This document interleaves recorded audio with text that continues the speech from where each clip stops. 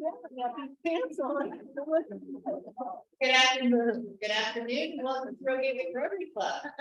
We've got a very hot night this morning, or this afternoon. How about now? Good. All right. All right. We don't have to kiss the mic today. All right, Jody, would you like to come up and lead the pledge? Thank you. Please join me. I pledge allegiance to the flag of the United States of America and to the republic for which it stands, one nation under God, indivisible, with liberty and justice for all. Thank you. All right, you may be seated. Okay, Jenny Jackson wasn't able to be here today, so I'm going to provide inspiration, and this is a Swedish proverb. It says, fear less, hope more, eat less, chew more, whine less, breathe more, talk less, say more, love more, and all good things will be yours. I love that word.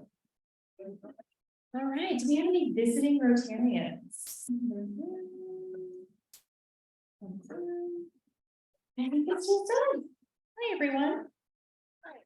Okay, I have a couple of announcements, and if you have an announcement you want to make, just raise your hand or come up to the front. I put this in the email. There are 2 opportunities to nominate folks in the community. One is our very own Vocational Service Awards. So just a reminder that those are due May 16th to Josie Malloy. So the application form was attached to the email. I think it's also in the Navigator. If you have any trouble getting to that, just let us know. And that is to nominate a non-Rotarian for their vocational service in the community. So somebody who, you know, really lives the 4-way test and sort of our principles of Rotary, but is not yet a Rotarian. And the other award opportunity is from the Josephine County Food Bank. They are doing something called Hunger Hero Awards this year. There are a couple of different awards, and I included the link to the nomination form on their website. So I encourage you all to check that out. Any other announcements? Jim?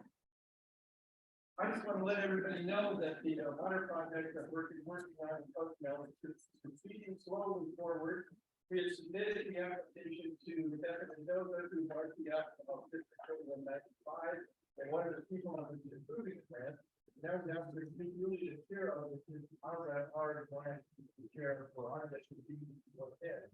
So we have a little bit of feedback from the back end that we thought their next one is working on a little bit of documentation. As soon as that's done, I'm going to push the button. Awesome, thank you, Jim. So for those on Zoom, we're just giving us an update that our water project, our global grant in Mexico is moving along. Try not to throw the gavel. Okay. Any other announcements? Anybody on Zoom? All right. Well, we're just moving right along through. I'm looking for Kelly. I'm looking for Kelly. Kelly is going to introduce our speaker today, and I'm excited to hear from.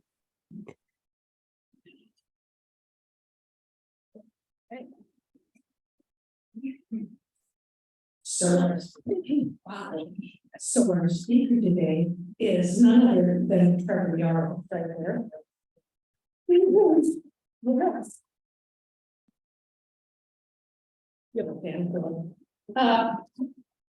He is first and foremost a family man, and right.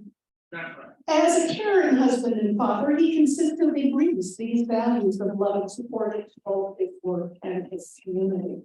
His commitment to building community has led him to establish the Hiive, which we're going to hear about today. It's a co-working space and multifunctional venue. This is the future, co-working space. From educational workshops to community events and live concerts, the Hiive serves as a space for people to come together, create, and grow. Val Lovelace and I both went to the Hiive last fall for an engagement party at one of our former students. And it was a great space for entertaining. We had a great time. Beyond the Hiive, Trever is also the founder and CEO of ZEAL, VEAL, a company focused on web and mobile software development. Mobile, so this thing travels. His leadership at Zeal is guided by a desire to create an amazing experience for others.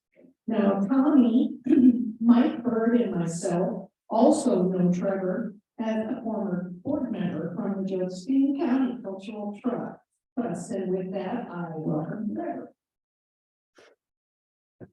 Thank you, Trevor. That was a lovely introduction. I appreciate that. All your colorful additions were amazing. I hear this is, well, hello, Rotarians. And I hear this is the best Rotary, is that right?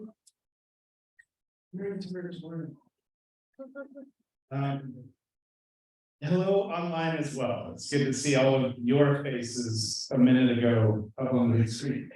There you are. Hi, Don. How you doing? Anyhow, I was asked to come speak and just share some information about the companies that I own and operate here based out of Grants Pass.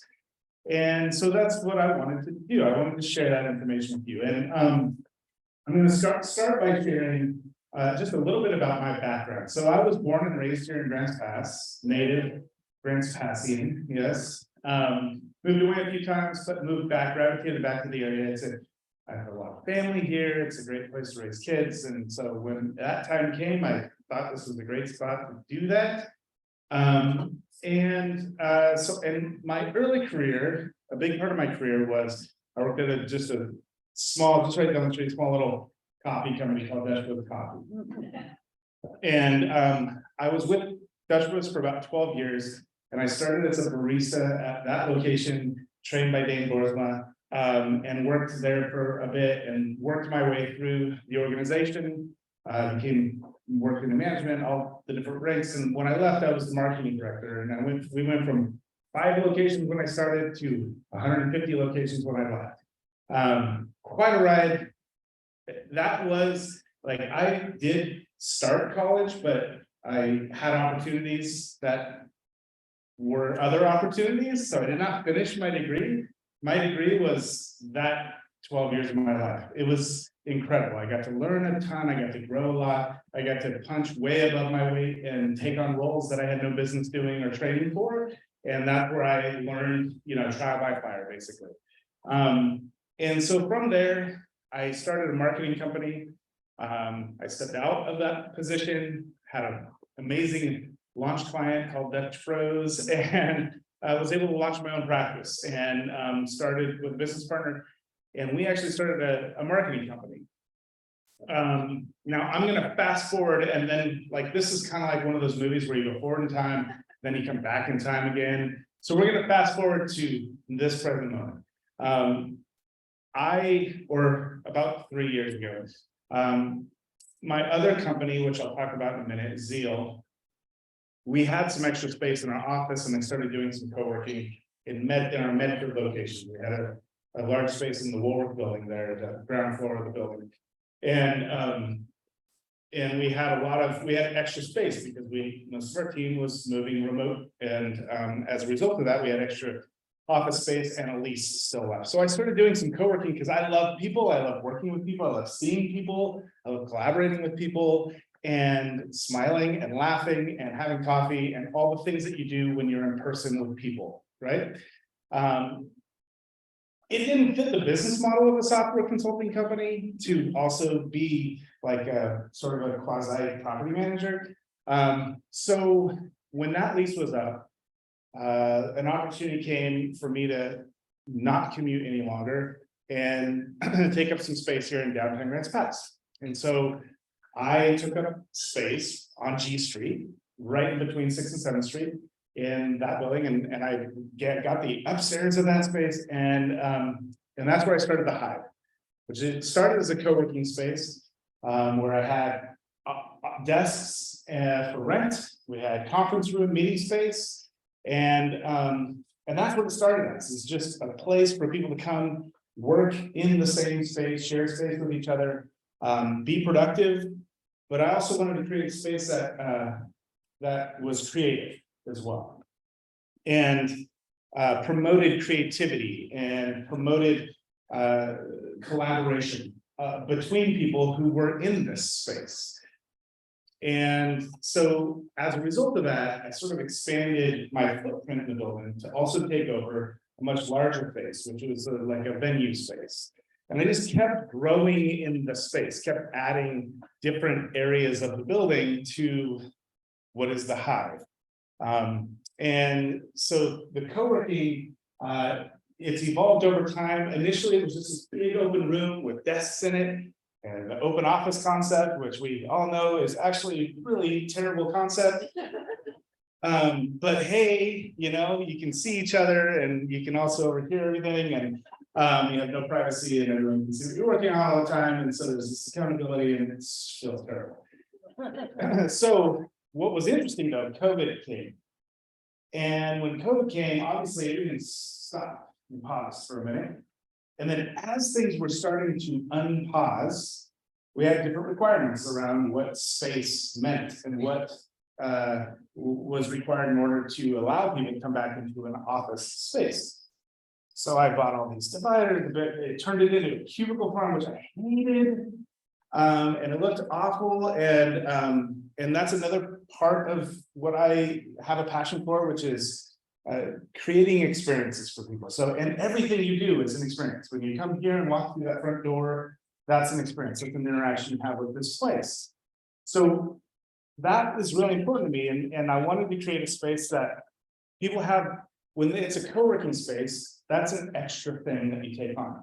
Most people have the opportunity to work at home, or they can go work at a coffee shop, or they can, you know, there's places that they can work. And so this is a little bit of a luxury, but and so it needs to be a place that you really want to go and be at. Now, what I learned through this process of growing up the cubicles and giving people their cubicle space, I learned that actually people really like the privacy that they got out of that. That it wasn't just a barrier between them and another person to keep them from getting sick, but it was also just this like ability to be in a space where you know there are people, you're consciously in a space together, but you have your own little bubble as well, right? And I'm very responsive to the people who are in the space, their space. I want to make it great for them. So I learned a lot through that process. And as a result, when I expanded and took over space downstairs, I built out these in the top left here, I built out these like, you know, these really cool desk spaces. And one of the things that came via COVID as well is a lot of Zoom calls, right? Right, Zoom people? Like so many people are doing Zoom is how they do business these days, and online, you know, online meetings. So I wanted to create something where everyone had an awesome Zoom background. So we built these beautiful spaces that create privacy, but also have an open concept. So you don't feel like you're closed in this little, crammed in this little space. The response has been incredible. I also built out private office spaces because that was something that had been a demand. And within a short period of time, I rented it all out. It's all like booked. I've got no space, yes, which is a great problem to have. But in addition to the co-working, another passion of mine is community space. And it is lovely. And this was another thing that was just devastating during COVID was we couldn't be in space together, right? And it was really, this is a privilege and a luxury that we have. And I feel like those last few years helped us all appreciate this more.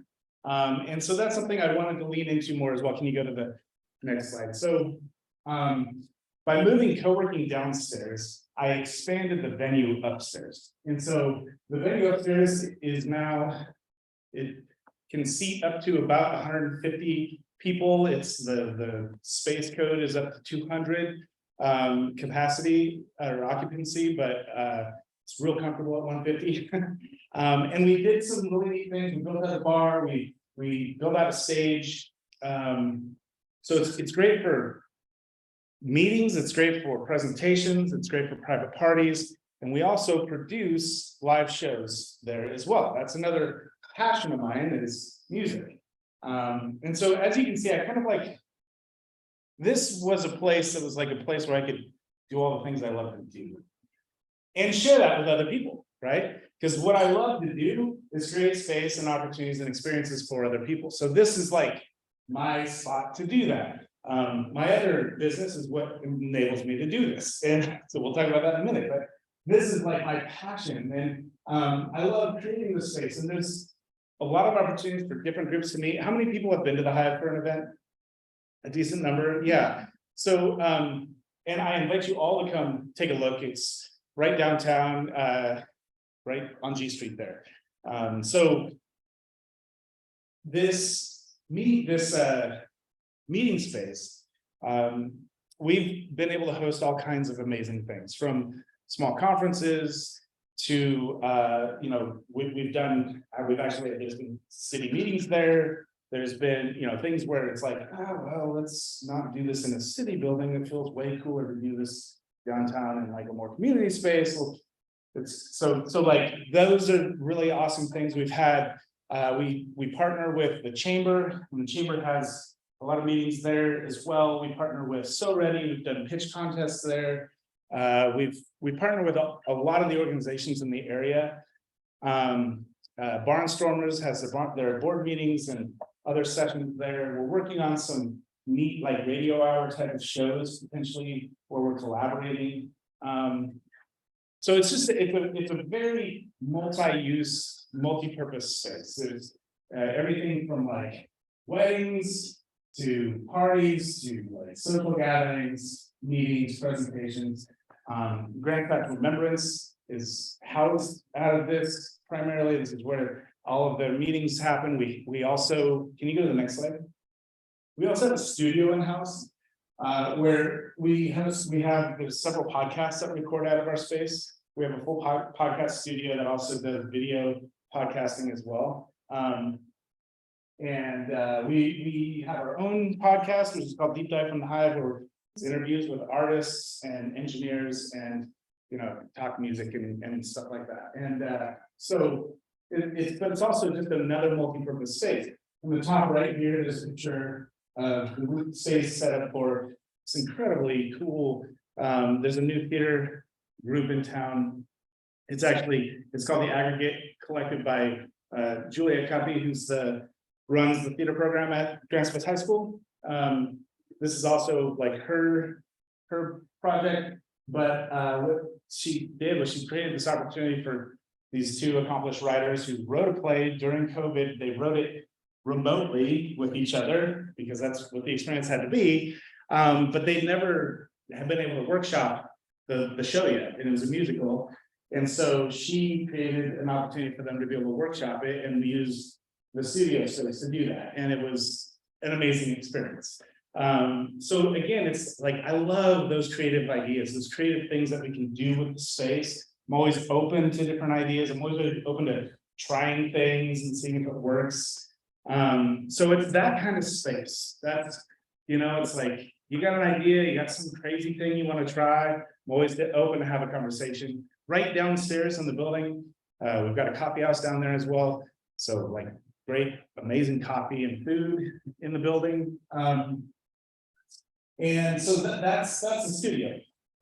In the venue space, we also, like I said, we produce shows. So there's a couple of slides here. We've got a couple of shows coming up. There's the Sugar Beats, they're an amazing 7-piece band. The horn section, it's super fun. That's tomorrow, actually. Next slide. High Step Society is coming on June 9th, which they're having Eugene to go to the best band in Eugene 3 years in a row, and they're just incredible. Also, horns and stand-up bass and whole, it's super fun. Next, we've got an Americana show. Did it break? Next one. My ear, I got lost. Next. My wife was telling me what. There you go. Hey, we've got Americana night, and I've got 3 years. It's kind of hard to see today. It's like, this is going to be this folk and Americana is going to be an amazing show. So I shared these with you, not to advertise the shows, which you all should come to. And there's a QR code right there. No, You can get tickets on the door, absolutely, yeah. Primarily on Fridays, but I showed this because I wanted to create an experience that we just don't have here, right? So we've got the Rogue Theater, which brings in acts and, but there's of a certain, they have to be of a certain size to make that make sense. And then we have bars that you can, you know, that have live music at, and the music isn't necessarily always the priority there, right? And so, and I wanted to create a space where the music could really be listened to, the art could really be the focus. It's not a place to come and socialize during the show, it's come to enjoy and, you know, be part of the show, yes, exactly. And so we put a lot into these. And what was amazing is we started doing this right before COVID, right before the lockdown happened. We started actually, our first one was in November, right before, right? So November of 19. And then we had a couple. And then we were like, oh, this is great. People are really responding. This is awesome. So like, let's line up a whole spring calendar. So we had 10 shows lined up. And our first show, which we sold a bunch of tickets to, it was amazing, we're super excited, was the Friday after the lockdown. And so what happened was, it was like, well, instantly, we had to refund all our tickets. And we had this idea that we said, well, this happened to everybody. Literally at that moment, every musician just lost their livelihood. And they lost their whole tour, they lost whatever income they had coming, right? But there's still amazing artists that have this amazing gift and they have fans that want to see them. So what we did was we created the virtual streaming experience from the Hiive. It's called Live from the Hiive. And in that moment, it was like literally 3 days that we had to figure this out, get it set up and go live. And what we did was like, you know, I think looking back, it was a very brilliant idea. We said, hey, listen, artists, you had all these shows lined up. All these shows just went away. We have the ability to create a safe space with no people. We'll have a sound engineer in one room. We'll have a video engineer in another space. And then your band will have plenty of room in the venue because we'll set the whole venue up just to be a space where the band can be safe. And we streamed the show, and they advertised, they basically, every spot on their tour that got canceled, they said, hey, you have two options. You can get a refund on your ticket, or you can contribute that money to the band and show up to our live stream. And it was amazing. Like in one night of work, these bands made more than they would have made going on tour. And they didn't have to leave and drive around. And, yeah. So those are the kinds of things that's like, if you're just creative, you can come up with some of these solutions and ideas.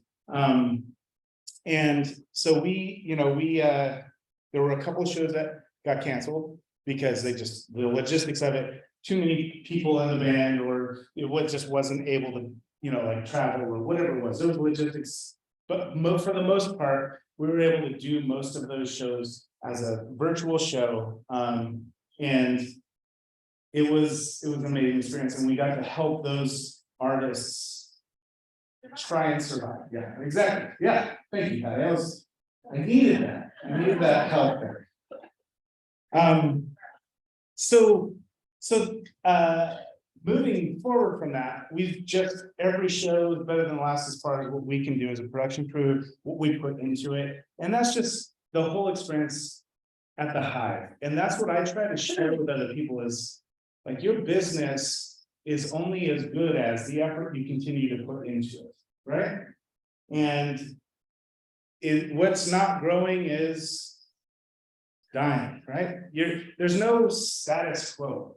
If you stop putting extra energy into helping it grow, it will start to contract. That's just the law of nature. So what we do is we are always working to innovate and keep innovating. And most of that innovation comes through partnerships with other people, where they have an idea, they have a vision, they have a crazy thing that they've never been able to see come to fruition. They bring it, we talk and see if it can work. So that's what the Hiive's about. And I'm very proud of it and excited to have kept it going through that time because I lost like 70% of my tenants bailed, which made sense. I was surprised that the rest of them didn't cancel their memberships. They couldn't come in, they couldn't use the space, but they decided not to cancel their memberships, which was amazing. But all of that was empowered by the fact that, go ahead to the next slide. I also own a software development company.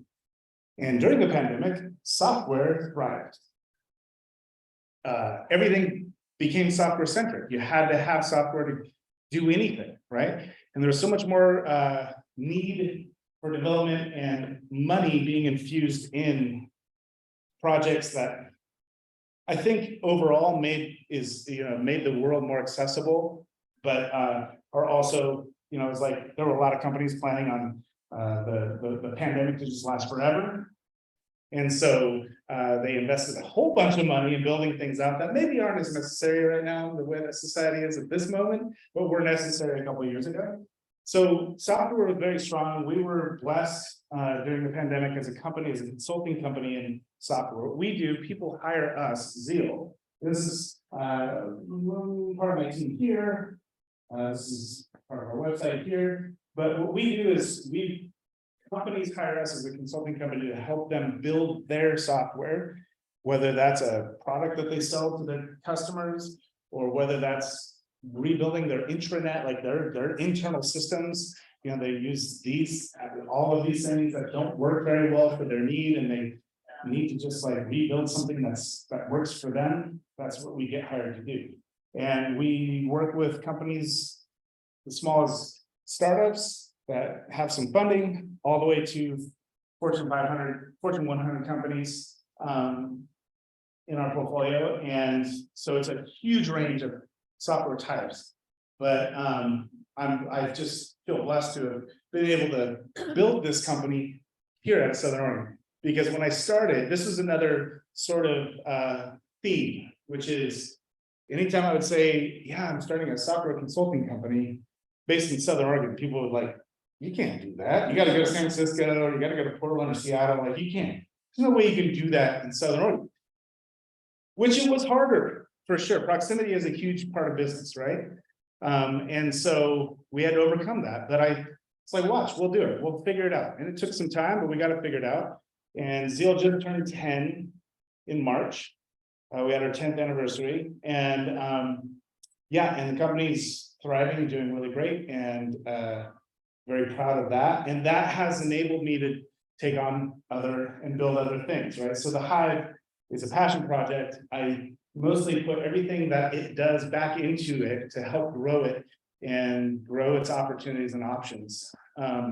Also, I'm working on possibly buying the building. So we'll cross that bridge when it comes. But anyway, so that's sort of like, those are the two big hats that I wear. I get to wear a lot of little hats along the way because I get involved in a lot of projects that come through there or sit on boards that I get invited to. But so I'll open it up. If there are any questions, I'd be happy to. Yes. In the Hiive on Thursdays at noon. Who's in the Hiive on Thursdays at noon? It sounds like there's a need. We have space on Thursdays at noon, yes. So yeah.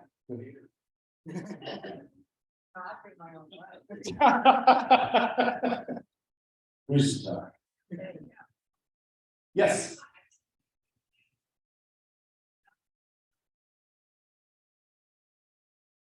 Yeah, so that's a great question, Patty. Thank you for asking. So we currently we are working to overcome some of these barriers, but most of our advertising happens on social media. We do have physical like posters and stuff up at locations around town. But we're building new infrastructure for being able to get more of the word out to more people. So part of that is being able to get, we're members of the chamber. We work with the chamber. We just signed a big contract with Club Northwest, so they will be putting all of our shows and stuff up on their boards at Club Northwest. Starting within the next week, I believe. So trying to get the word out. It's always a hard thing, and yeah. Facebook or any of the, Facebook, Instagram, there's like, we're all over social media, but yeah. Doug. So at those concerts, are there hors d'oeuvres or drinks or anything? Yes, we have, yes, so we do have a bar, and as a result of having a bar, we also have food. In that order, that's. You have to have the food to have the bar, so anyways, yes, we do have, small bites, hot and cold, and then we also have, beverages. We have a very nice cocktail bar and beer and wine. Yes. Do we have good food? We absolutely have good food. It's not a meal. It can be a meal, but it's not intended to be a meal. Yeah, you can put a meal together and it's good. Yeah, of course. Any other questions? Yes. I was just gonna say, because I've been there with the city, I've been there with the chamber, and it is a wonderful space. It really is. And their entrepreneurship is just awesome, and that's exactly what we like to see in our town. So thank you. My question is, if I need to, I talked about the elevator. Yes. Yeah, okay. So that is something that is in the works. What we're working on, there's an organization that is in the building with us. We're working through that organization to get some grant funding to put the elevator in. We've done the engineering. So when we've got the pricing, we've got all that. So we're working on the grants to be able to put an elevator in. We have a location, all the things. So it's a process, not a cheap process. It's about $100,000 to do. But we're trying to go through that process. Yeah. Yes.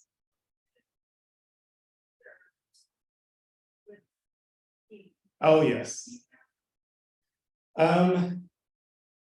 I don't get complaints very often, and part of the reason is because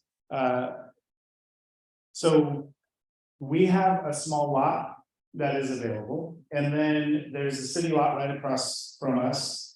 And then for our shows are always after the like time restrictions are lifted, so that's not an issue for us. And then in the past, this is the interesting thing because during COVID a lot changed, but in the past we had management permission to use the side lot of Safeway as well. So this 7th Street side lot of Safeway there, not in front of Safeway, but the side lot.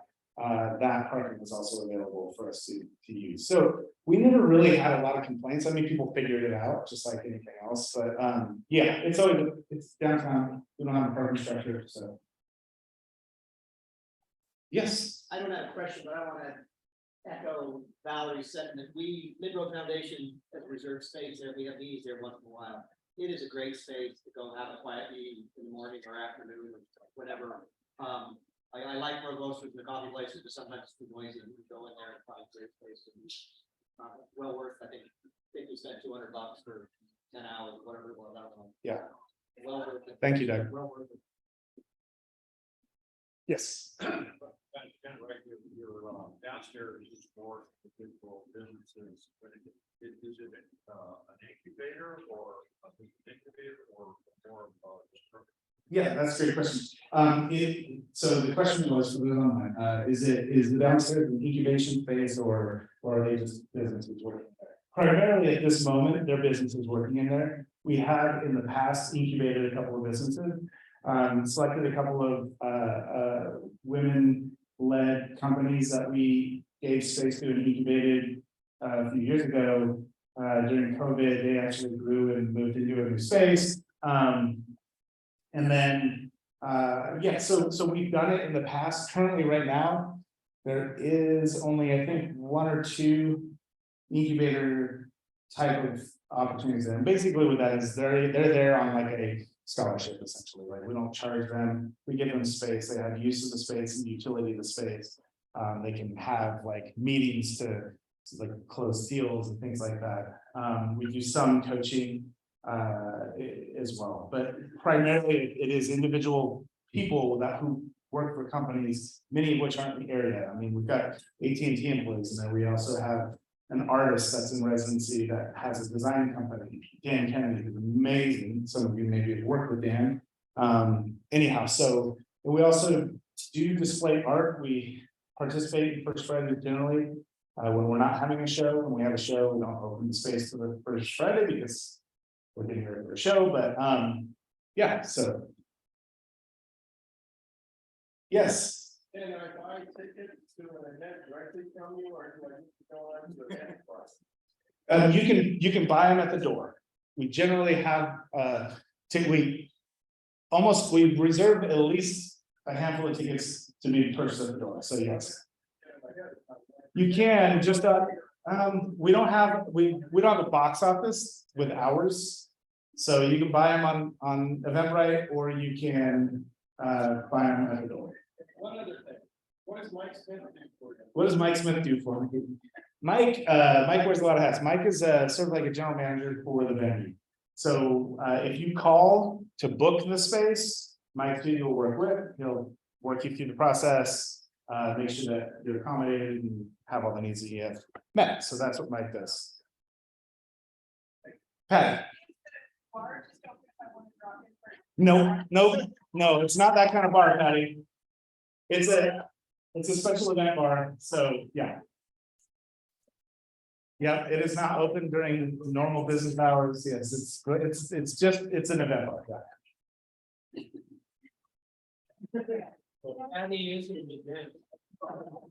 It's a good point. Now, Patty, at private parties, where nothing's being sold, there's no money transacted, you can have whatever drinks you want to have. And I do have drinks. If you want to come have a drink at some point, I will sit and have a drink. I just can't charge you for it. My boys are 9 and 12. So yeah, isn't that crazy? That's crazy, huh? No, you were there when we got married. So that's how long you've been around.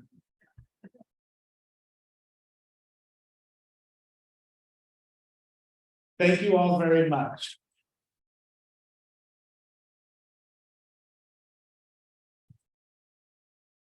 Thank you, Trevor. That's awesome. Okay, I think. Yeah. Ray, are you Sergeant at Arms? Sergeant at Arms. Can I have a little prep time? Yeah.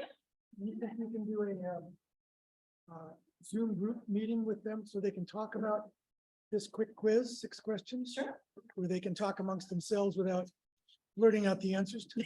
Okay, so you Zoomers are going to be a group. All right. Thank you very much. Greg's got an activity for us, and I'm gonna help you guys as a team. Is there a way that they can see the Take a question? snapshot. Yep. email it. I have you. Hang on, Greg, hang on.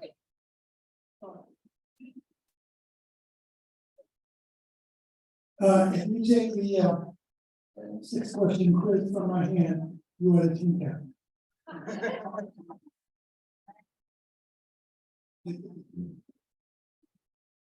Okay.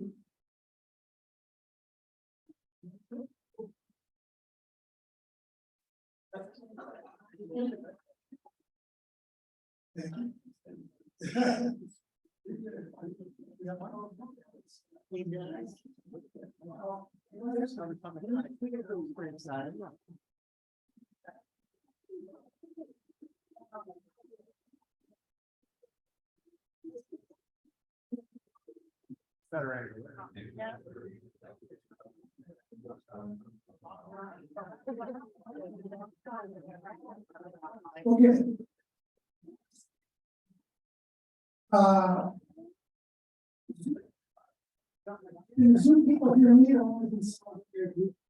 Yeah, they're here. Okay, so. And I email that, put down the question. Which I see that. We're gonna get them up, working on it. The screen share. And the first question is, King Charles was 4 years old when he became actualized as a drummer. How long did we have to wait to become king? I'm sure the 50, 60, 70 years. The next question is, what number of King Charles is this? 1, 2, 3, or 4? The next one is, when was the last time Britain had a king? It shows the are 1901, 1918, 1937, and 1953. The fourth question is, planning for the king's coronation has been going on for years under what code name? Operation Golden Orb, Operation Euclid, Operation Scooperoo, or Operation Endeavor? Number 5 is a matching question.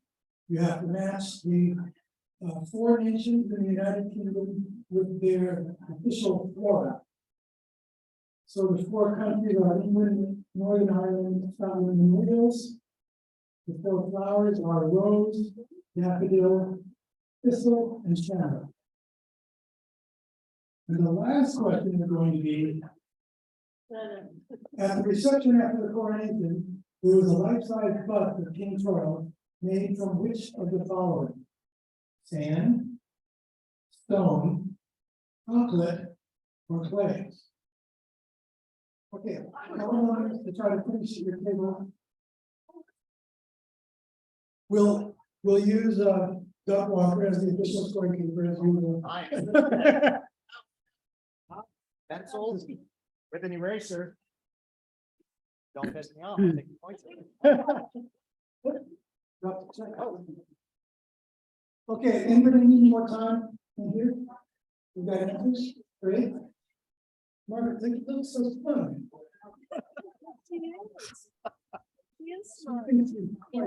Anglophile, right?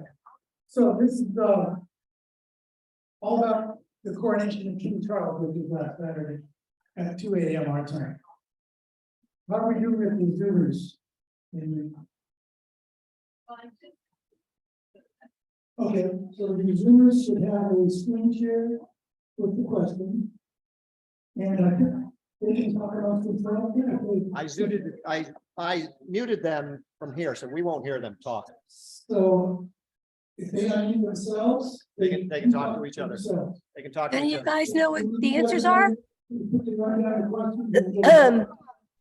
Okay, Jan, Yeah, I think that he's waited 70 years.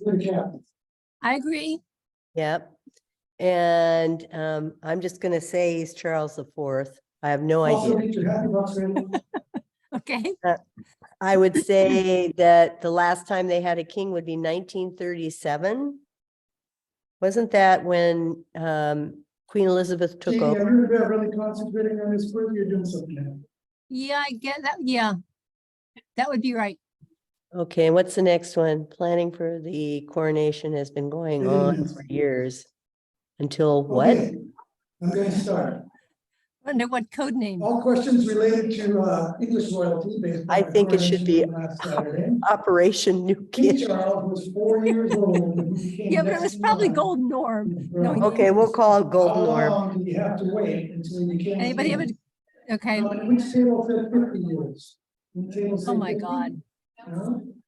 Okay, so 60 Scotland's years. the thistle. Which table said 50 years? Okay, Ireland's the 70 shamrock. years. Oh, lots of hands there. I'm Anybody gonna say 80? England is the rose and Wales is the 70s are daffodil. right. yeah, that makes sense. I mean, England definitely is, That's War all of the one Rose page. The current. makes King sense. Charles What Charles number III, of isn't King it? Charles is this? King Ireland. Charles? Say it Yeah. again, Steve. I mean, Is the King present Charles King I. King Charles III? Is he? Oh, you're not raising your hand. Okay, You're raising good. your hand. We're just Alrighty. guessing on that one. What's which figure you raise? The, how many think he's King Charles II? King Charles III. You guys. Do we get to say King IV? Charles? Okay, they're all high. All right, well, this could be a good one. When was the last time that Britain had a king? How many think it was 1901? 1908 or 1918, sorry. 1937. One table. 1953. Leonora's table takes the lead. 1937 was the last landing. Did you raise your hand? For that, for 37? You had 1953. You raised your hand. Okay.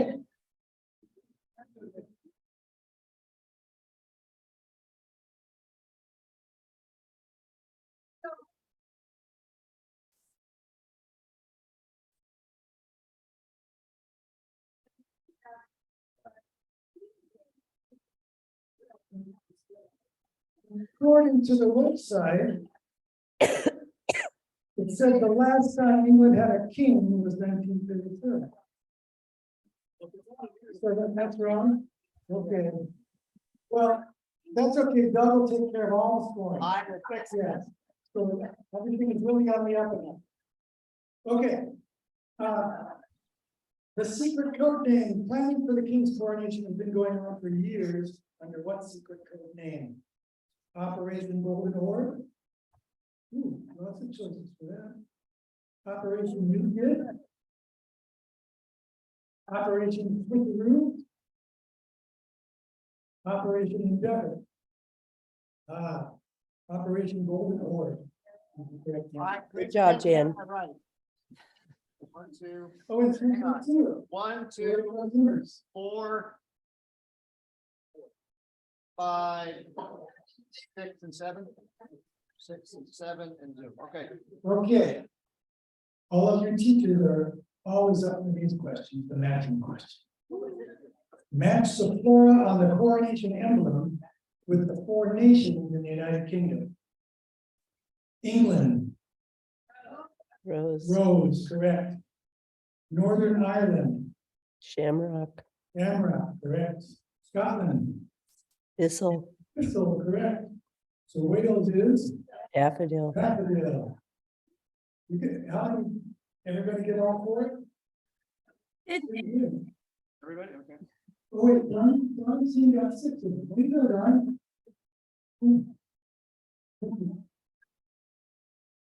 Okay, after the coronation, there was a reception which featured a life-size bust of King Charles, made from, I'm gonna think of made from sand. No. Stone. Chocolate. Chocolate. You know, to play was the other choice. It was a chocolate. Oh. Did everybody's vote chocolate? Yeah. Yes. Did the troublemakers in the back corner there vote chocolate? Because I didn't see a, no, you didn't. Okay, I didn't see a positive response. Okay. There are alternatives to it. Okay, so the final scores. Dawn, how'd we do? You know what? Who would you like to be? We did, I think we got 5. Zoom 1. We did get 5. Yeah. And they get the prize of cleaning up. They need to come. Dawn, Yay, team, Thank you, guys. give us a chocolate. Yeah, you get a chocolate bust. Okay. Happy Bucks, let me start Happy Bucks because the track meet, the Rotary Invitational track meet was a great success. It's fun to work. And if you follow Debbie Brownell on social media, you have all the district's revenues that you can possibly digest. And she has all the records in there that were broken and everything else. It was a great day, so congratulations to Rotary for putting on another great event. Want to find out who's there? Right. Debbie. The people who don't follow you. Well, yeah, so the other exciting piece of news is Tuesday night, there was the scholarship awards given out from the Redwood Foundation for Education, which is all local money basically, and that was $318,000 that went to like 137 seniors. And then if you count in money that they mentioned that they were going to get from the colleges, they're going to over $2 million.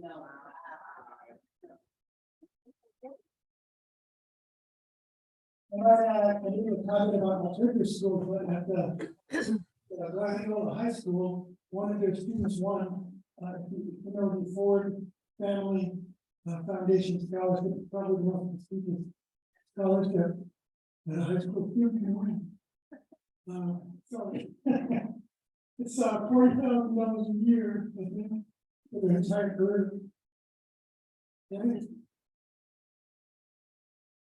Okay, well, we're back from our cruise. I have $5 because it was a great trip. Everybody needs to go through the Panama Canal, okay? And we survived in carbonated Colombia in 90-degree weather with 100% humidity. Aaron, I got $5 happy. My wife still has laryngitis. Quit calling her, please. She wants to tell her that she needs a rest to get over. thanks, Aaron. Kurt, I got $5 because 11 weeks in a row, there's been no new cases of polio nor wild polio environmental samples. I'd like to clarify here, you didn't have the right answer on the last king of Henry George died in 1952. So it'd be nice to have the right answer on. So, but I remember some of the old school teachers said, you take the most correct answer. no scholarship. Doug, Two sort of happy bucks, Porch Fest is running along really smoothly, and thank you to the team leaders, they really deserve it. Kelly, music, Jody Porches, the fundraising team, and Beth, my proofreader, thank you. The porches and bands sort of merged, so we finally got through that where we align up a band with a porch, and that's nearly complete as long as we don't have any screw ups in that. Thank you very much, it's all really going really well because of all of them. And then I've had the time lately to make yard art, and Leonora has been coming over and helping me paint things. So she's been painting. Let me break that. Leonora's been coming on and painting. And I've been, well in making stuff. So thank you, Leonora. We're gonna have an opportunity to sell this stuff. There's a couple pieces that'll go for the raffle for Porch Fest, and there's a couple pieces that will go at the food bank fundraiser sometime in early June. But then also the Museum of Art asked if we would create a bunch of pieces for their art in the garden. If you're interested in buying things, the Museum of Art does that art in the garden tour. You can go and look at that. I think we're gonna have 10 or 15 pieces of different things there for that. So, good. Happy about for both of those things. Porch Fest, June 17th. Saturday. And I think that Art in the Garden is June 10th. I think I just saw it advertised in Earl Motors. Yeah, that's at it for. So yeah, I just thought I would. Well, I just wanted to say that I just got back from Tennessee. And we did indeed, my 3 daughters and 2 granddaughters had an epic opportunity to see Taylor Swift. And it just happened to be at the May 7th. I think we're gonna get a t-shirt that said, we survived May 7th in Nissan Stadium, because there was a 4-hour rain delay, and there were 70,000 people that they crammed into the concession area, which is 1/3 of the space of the entire stadium. And it was over 4 hours in there, sitting there, getting sideways wind and lightning going, and every little girl, because there's only 50s in town, that we could actually 3 different nights of, at first we went well, but we got the one part of the rain, that there was, luckily they were all Swiftie fans, because when you have that many people trying to get through a stadium like that, and they told us, all the girls' hearts were broken, they were all crying how they were going to get a concert, and at 9:45, we got there at 5:15 back there. At 9:45, they said, we're going for it, and you want to hear screams from teenage girls. And they raced through that stadium to find where our seats were. We got to our seat with 1 minute before she went on at 10:15. It started at 10:15 and she still went for 4 hours. That concert did not end until 2:15, and we did most of it in the rain, pouring down rain. So I will say one thing about Taylor Swift. She is an amazing person and she is so kind-hearted and so gracious that after going to that and seeing all these girls having her as a role model. That's a good thing. Yeah. Because she is an excellent role model, so I was really impressed with that. So, and I'm glad. Yeah.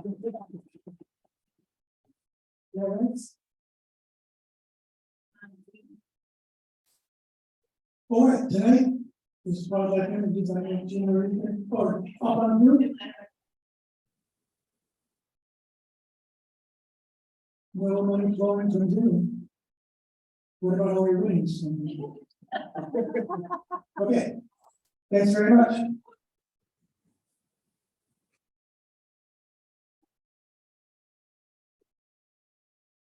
All right, thank you, Greg. Okay, so next week we have our Student of Self Award, and we also have a homeless panel that will be here to speak to us. My thought of the day today is Irving Berlin's birthday. And I found a great quote of his. He said, "Our attitudes control our lives. Attitudes are a secret power working 24 hours a day for good or bad. It is of paramount importance that we know how to harness and control this great force." So have a great attitude and we will see you all next week.